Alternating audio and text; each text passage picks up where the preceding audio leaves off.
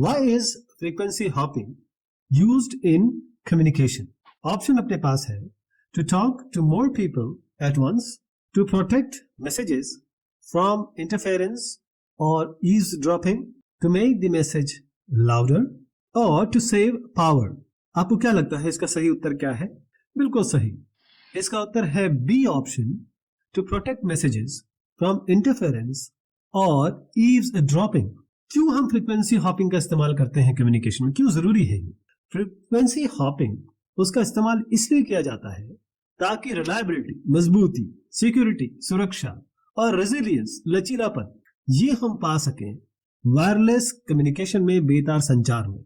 ये इस तरीके से काम करता है कि फ्रीक्वेंसी इतने तेजी से स्विच होती है, इतने तेजी से चेंज होती है जब सिग्नल ट्रांसमिट हो रहा होता है कि अगर कोई भी रुकावट हो, इंटरफेरेंस हो, या कोई चोरी छुपे सुनना चाहता हो, ड्रॉप करना चाहता हो, या कोई गड़बड़ करना चाहता हो, कोई आपके कम्युनिकेशन को रोकना चाहता हो, वो इसको नहीं कर पाएगा क्योंकि आप किसी एक फ्रीक्वेंसी पे बात नहीं कर रहे हैं, आप फ्रीक्वेंसी चेंज करते चले जा रहे हैं। इसको समझते हैं एक उदाहरण से, एग्जाम्पल से। आप कल्पना कीजिए, इमेजिन कीजिए कि आप एक ब्लूटूथ हेडफोन्स का इस्तेमाल कर रहे हैं संगीत सुनने के लिए या अपना प्रोग्राम सुनने के लिए, लेकिन एक भीड़ भाड़ वाला एरिया है, क्राउडेड स्पेस है, जहां बहुत सारे लोग हैं, बहुत आवाजें हैं। बहुत सारे लोग आपकी तरह वायरलेस डिवाइस यानी कि बेतार उपकरण यूज कर रहे होंगे, जैसे वाईफाई या ब्लूटूथ टेलीफोन्स, हेडफोन्स और यहां तक कि कॉर्डलेस फोन्स का भी इस्तेमाल कर रहे होंगे। अब समस्या क्या है, प्रॉब्लम क्या है अगर आप फ्रीक्वेंसी हॉपिंग का इस्तेमाल नहीं कर रहे हैं? पहली चीज है कि जितने भी डिवाइसेस हैं अमूमन तौर पे सेम फ्रीक्वेंसी बैंड यानी कि फ्रीक्वेंसी चैनल 2.4 गीगाहर्ट्ज पे बात कर रहे हैं या बात करते हैं।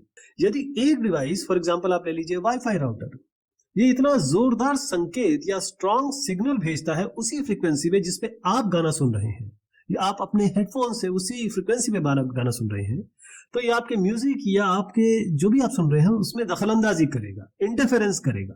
तो रिजल्ट क्या होगा? आपका म्यूजिक खराब सुनाई देगा या कट आउट हो जाएगा, कट हो जाएगा या चॉपी हो जाएगा। तो किस तरीके से एक फ्रीक्वेंसी हॉपिंग मदद करती है इंटरफेरेंस या रुकावट को रोकने के लिए? तो अवॉइडिंग इंटरफेरेंस फ्रीक्वेंसी हॉपिंग किस तरीके से मदद करती है कि अगर आपका जो ब्लूटूथ हेडफोन्स है या कहें फोन है, वो इतनी जल्दी से फ्रीक्वेंसी चेंज कर रहा है, हमेशा फ्रीक्वेंसी बदल रहा है कम्युनिकेशन में। जैसे अगर आप किसी एक फ्रीक्वेंसी में है और वहां पर भीड़ भाड़ है, बहुत शोर है, तब आप क्या करते हैं कि झटपट फुर्ती से फ्रीक्वेंसी चेंज कर लेते हैं, यानी कि फ्रीक्वेंसी हॉप हो जाती है, कूद जाती है किसी और फ्रीक्वेंसी पे, फिर किसी और फ्रीक्वेंसी पे, ताकि कोई भी इंटरफेरेंस, कोई भी दखलंदाजी आप रोक सके। कैसे फ्रीक्वेंसी हॉपिंग रिलायबिलिटी को बढ़ाती है, यानी मजबूती को बढ़ाती है आपकी कम्युनिकेशन, बातचीत की। अगर आप किसी एक फ्रीक्वेंसी पे है तो इंटरफेरेंस होगा ही होगा, आपका संपर्क या कनेक्शन स्मूथ रहेगा, लगातार रहेगा, अनइंटरप्ट रहेगा। क्राउडेड वायरलेस एनवायरनमेंट में भी अगर घना नॉइजी है तब भी आप अच्छे से बात कर पाएंगे, सुन पाएंगे।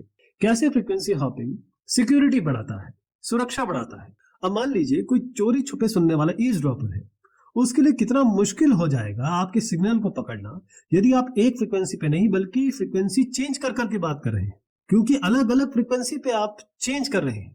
कोई दुश्मन है, अटैकर है, उसको पहले पूर्व सूचना होनी चाहिए, प्रेडिक्ट करना चाहिए उसको कि हॉपिंग पैटर्न क्या है, किस फ्रीक्वेंसी पे आप जा रहे हैं, किस फ्रीक्वेंसी पे आप फॉलो कर रहे हैं, जो कि बहुत करीब असंभव है, इम्पॉसिबल है, क्योंकि इसका पूर्व ज्ञान होना चाहिए।